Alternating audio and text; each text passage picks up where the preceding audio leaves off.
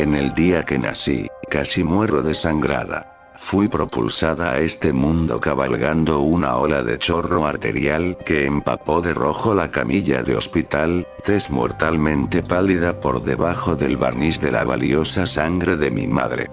Le solicitaron una transfusión de emergencia a mi padre tembloroso, quien nunca había sido capaz de lidiar con agujas. Pero me había otorgado su tipo de sangre, A negativo, junto con el regalo de la vida, y se sentía responsable. De esta forma, con su primogénita moribunda en la habitación contigua, apretó firmemente sus ojos llorosos y se mordió los nudillos, mientras enterraban en su brazo un tubo de metal gordo e inoxidable. Por fortuna, todos sobrevivimos la dura experiencia. La hemorragia de mi madre se detuvo, la rara y preciada sangre de mi padre me salvó, y, al final, abandonamos el hospital como cualquier otra familia. Yo iba fajada con una linda sábana rosa tejida amorosamente por mi madre, y solo la pequeña marca de una perforación en el brazo de mi padre conmemoraba el drama que casi me había costado mi vida recién nacida. Y si ese hubiera sido el final de mis experiencias con la sangre y las agujas, habría muchísimo menos a lo cual temer. Siempre hubo sangre en mis sábanas a medida que crecía. Solo un punto por aquí o una marca diminuta por allá. Nunca suficiente para ameritar preocupación, pero más que suficiente para frustrar a mi madre. Llegué a anticipar el aburrido pero práctico regalo de sábanas nuevas en cada cumpleaños. Según crecía, el color de esos linos cambiaba de blanco a tintes más oscuros, hasta que finalmente todos sucumbimos ante la solución inevitable, y comencé a dormir sobre rojo. La doctora de la familia pensaba que probablemente era un tipo de eczema, que yo me creaba abrasiones leves al rascarme mientras dormía. No le creí realmente, porque nunca sentía comezón, y siempre que examinaba mi cuerpo por la mañana, no podía encontrar ninguna evidencia de rasguños o cortes. Mi madre pensaba que quizá podía ser un sangrado de nariz intermitente, pero eso tampoco encajaba, dado que la sangre podía aparecer casi en cualquier parte de las sábanas, desde las coberturas de mis almohadas, hasta donde descansaban mis pies cuando me ovillaba sobre mi costado. No fue hasta que colapsé un día en clase de inglés, que descubrimos que padecía de anemia. Mis niveles de hierro eran tan bajos que a la doctora le sorprendió que aún pudiera caminar y hablar. La inyección inmediata en mi espalda de suplementos de hierro fue muy dolorosa. Salimos del consultorio con una prescripción para tabletas de hierro y tanta carne roja como fuera posible. Mi padre me cargó de vuelta al auto. Su rostro apuesto estaba fruncido por arrugas de preocupación. Conforme mi niñez menguó y mis años adolescentes florecieron, rematados con cambios de humor salvajes y acné desenfrenado, mi trastorno misterioso se volvió aún más extraño. Desde hace mucho, las demás chicas de mi edad habían estado comprando paquetes brillantes con estampados florales repletos de utensilios sanitarios, pero yo solo recorría la mirada por aquel pasillo particular del supermercado con una combinación curiosa de celos y alivio. A mis 16 años, me hallaba de regreso en la oficina blanca y angosta de la doctora de mi familia. Mi madre le explicaba, con ese estilo maternalmente amoroso, que aún no me habían comenzado las mensuales. Fueron muchos exámenes. Tomaron y transfirieron muestras de sangre, pero los resultados no indicaron nada fuera de lo normal. Mis niveles hormonales eran perfectos para una mujer joven de mi edad, y no parecía haber ninguna razón para que no hubiera menstrual aún. A pesar de que mi anemia persistente podía ser un factor contribuyente, la doctora examinó el papeleo por encima de sus anteojos de media luna y nos dijo que no creía que la anemia fuera la causa principal. Me remitió a varios especialistas en los departamentos de ginecología, hematología y endocrinología del hospital local, y todos sentíamos la certeza de que los expertos finalmente encontrarían la causa. Los ultrasonidos revelaron que mis órganos reproductores tenían formas normales y estaban saludables. Mi único problema parecía ser mi carencia inexplicable de endometrio y la anemia siempre presente. Fui admitida en el hospital para ser observada y recibir transfusiones, con extracciones diarias de sangre para medir mis niveles crecientes y menguantes de distintas hormonas y el conteo de glóbulos rojos.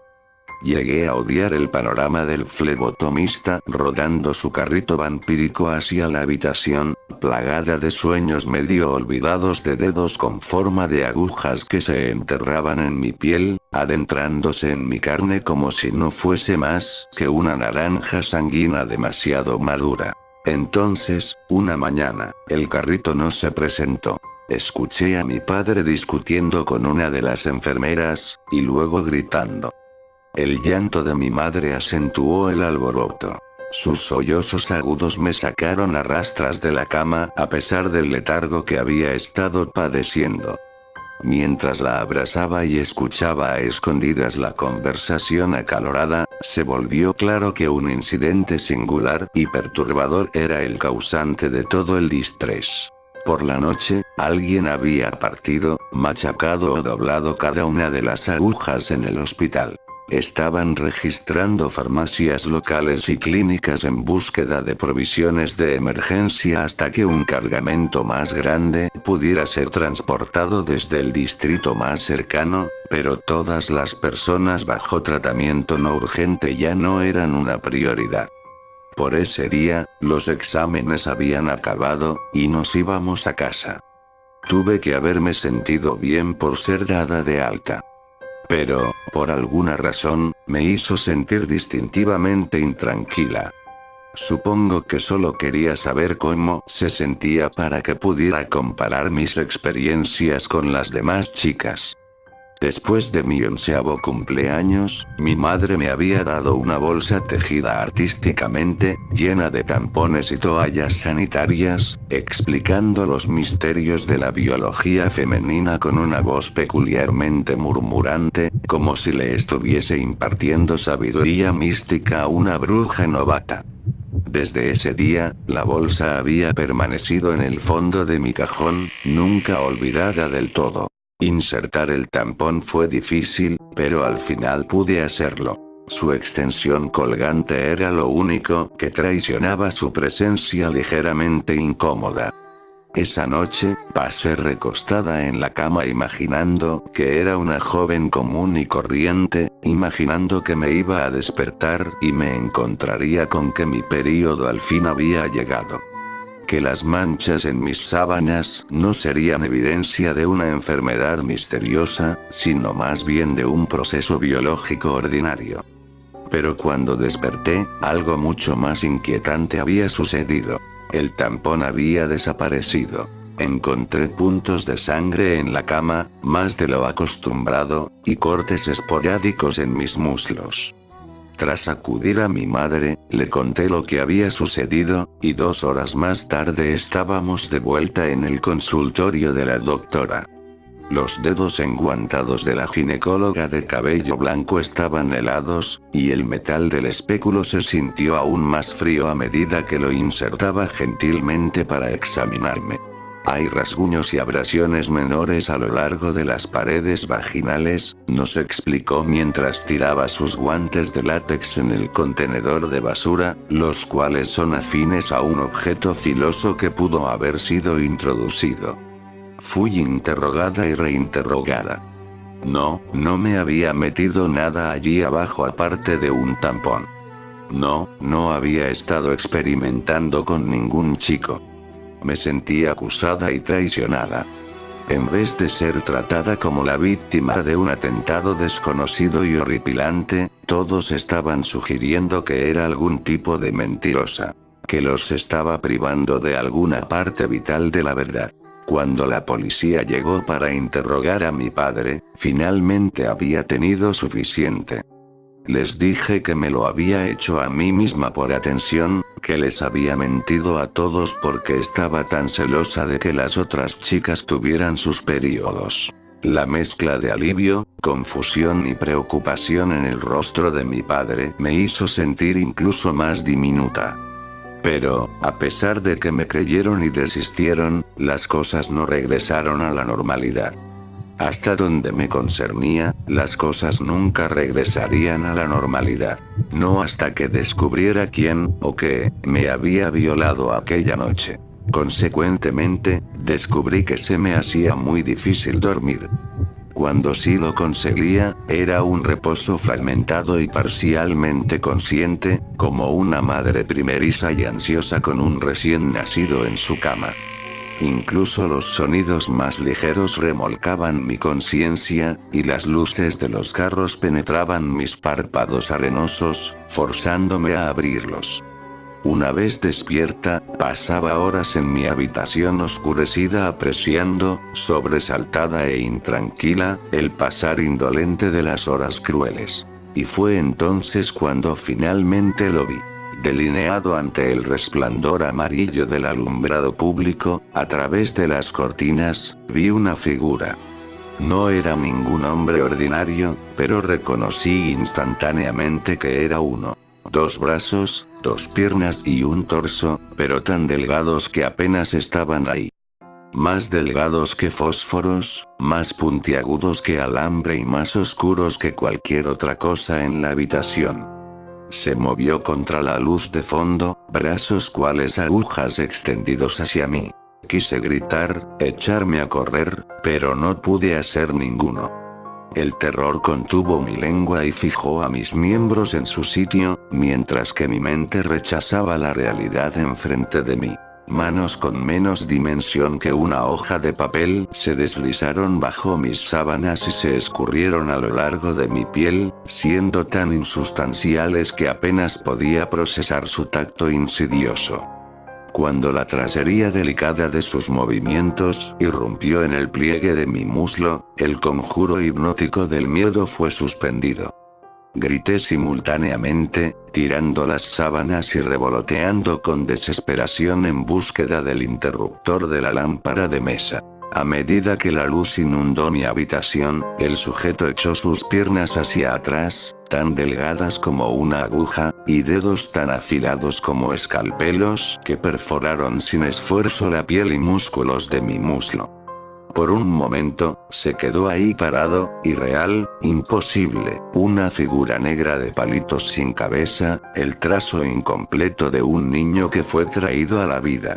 Luego comenzó a temblar. Su silueta puntiaguda se diseminaba con vibraciones visibles conforme un quejido horrible se atascaba en el aire de mi habitación. Supe, con una certeza terrible, que estaba molesto. Que incluso a pesar de que no tenía cabeza ni boca, necesitaba que yo sintiera su ira por haberlo descubierto. El chillido alienígena y metálico alcanzó un crescendo doloroso. Su cuerpo de aguja se estremeció y se enmarañó como un relámpago. Ni siquiera me di cuenta de que yo estaba gritando hasta que la puerta de mi habitación se abrió de golpe y mi padre entró a tropezones, parpadeando adormilado, con una de las agujas de tejer omnipresentes de mi madre en su puño. El ruido se detuvo como una implosión, tan súbitamente que mis oídos se taparon. La figura dio 2 pasos hacia la esquina de la habitación. El movimiento fue tan tenso y fluido como un escarabajo de pesadilla patinando sobre agua. Ahí, se esfumó, mezclándose perfectamente con las líneas remarcadas en donde las paredes, el piso y el techo se entrelazaban. A pesar de que esto sucedió hace meses, aún lo siento por todas partes. En el bus al colegio, podría estar parado detrás de un poste de luz y yo nunca lo sabría. En las calles, quizá recta a través de las grietas en el concreto y luego se desliza por las paredes de los edificios. Simplemente una línea negra más entre todos los ángulos finos de la arquitectura moderna. Siempre que me ducho, imagino que está parado en la esquina del cubículo, con sus dos dimensiones e invisible ante las baldosas, queriendo sumergir sus dedos de aguja en mi piel blanda. Y cuando siento uno de esos dolores agudos e inexplicables en mi brazo o en mi pierna, me pregunto si será él. Me habrá agredido velozmente enterrando un dedo en mi piel solo para recordarme que existe. ¿O sería un dolor ordinario, uno de esos fallos de los nervios que todos nuestros cuerpos biológicos imperfectos experimentan de vez en vez? Recuerdo con frecuencia la nube irregular y dolorosa de su ira, y sé que ahora que ha sido avistado una vez, nunca será lo suficientemente tonto como para ser visto de nuevo.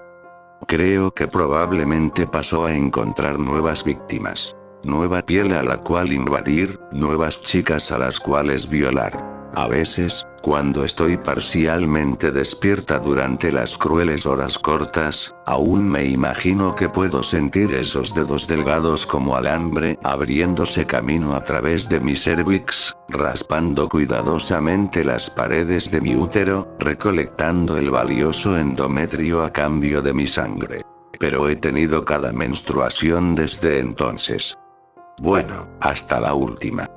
Con la prueba de embarazo positiva en el escritorio a mi lado, lo único que puedo pensar es esto.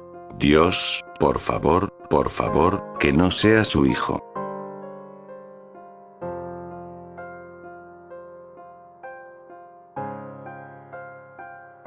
Recuerda suscribirte a MaxiCrip. Buenas noches.